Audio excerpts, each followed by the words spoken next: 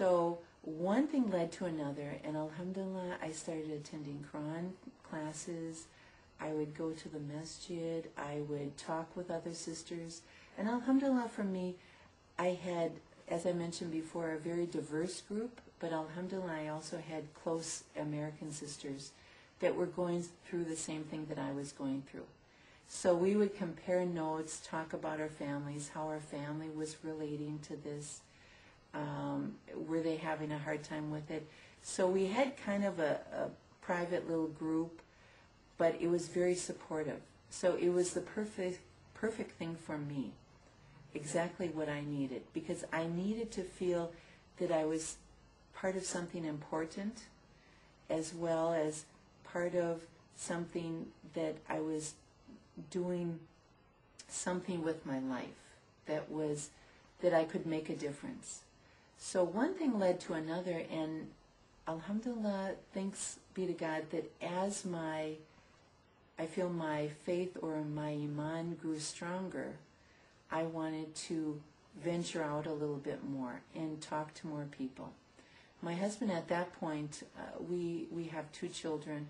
My husband at that point said that if I feel comfortable working, this is something that it's fine with him.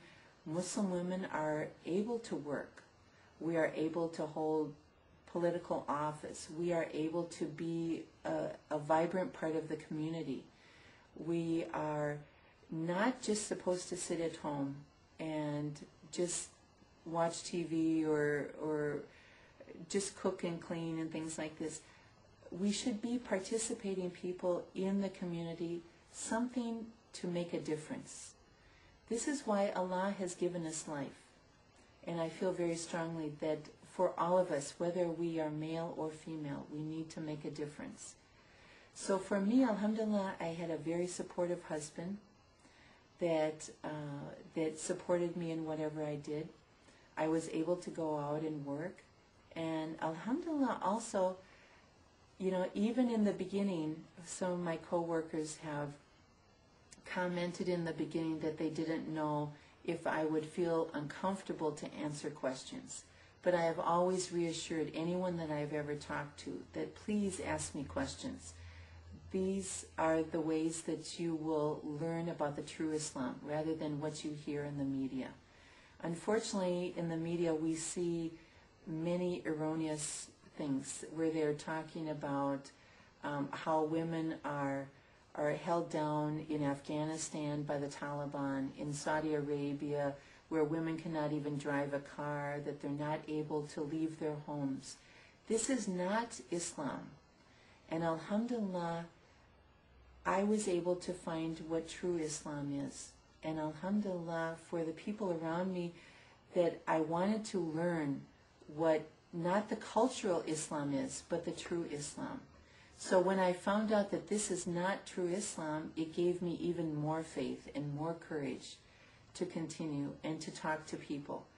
Because unfortunately for the media, as I said before, there are so many things that are misconstrued or said to be completely true, which are far from the truth.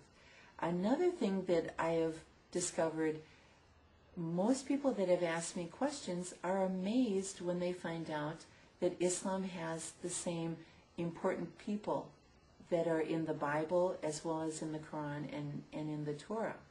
So for me, I keep on telling them that in our Quran we have one book that is written it's called An-Nisa. It's the book for women. The translation is for women, where it talks about women, the importance of women. There's also another book in our Quran that is just for Miriam, which is, the translation for that is Mary. She is the mother of Jesus.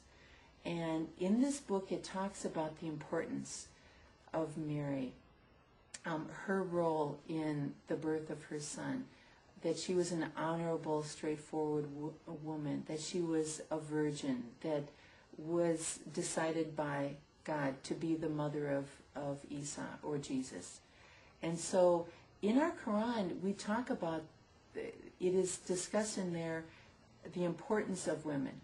And this for me has always been very important, that I feel whenever I talk to women, I stress that we do not wear hijab just for the sake of being oppressed by our husbands or fathers or brothers. This is something that is because of modesty. It protects us from the society.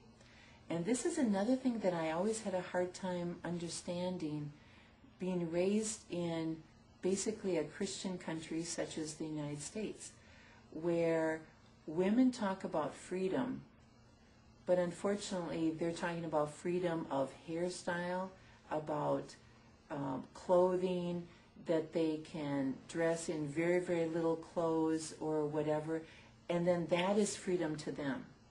My idea of freedom is completely the opposite. My idea of freedom is where people are not looking at me because of what size I am or how my hair looks or something. Once my coworkers and people that I talk to get used to my scarf, usually it gets to the point where they feel very comfortable asking me questions. I want people to look at me not just as dressed funny or an oddity in America. I want people to look at Muslim women as being intelligent, having something important to say, having something to bring to the community. And it's been a blessing for me that people, once they get to know me, they feel comfortable asking me questions. And of course, we as Muslim women have great role models.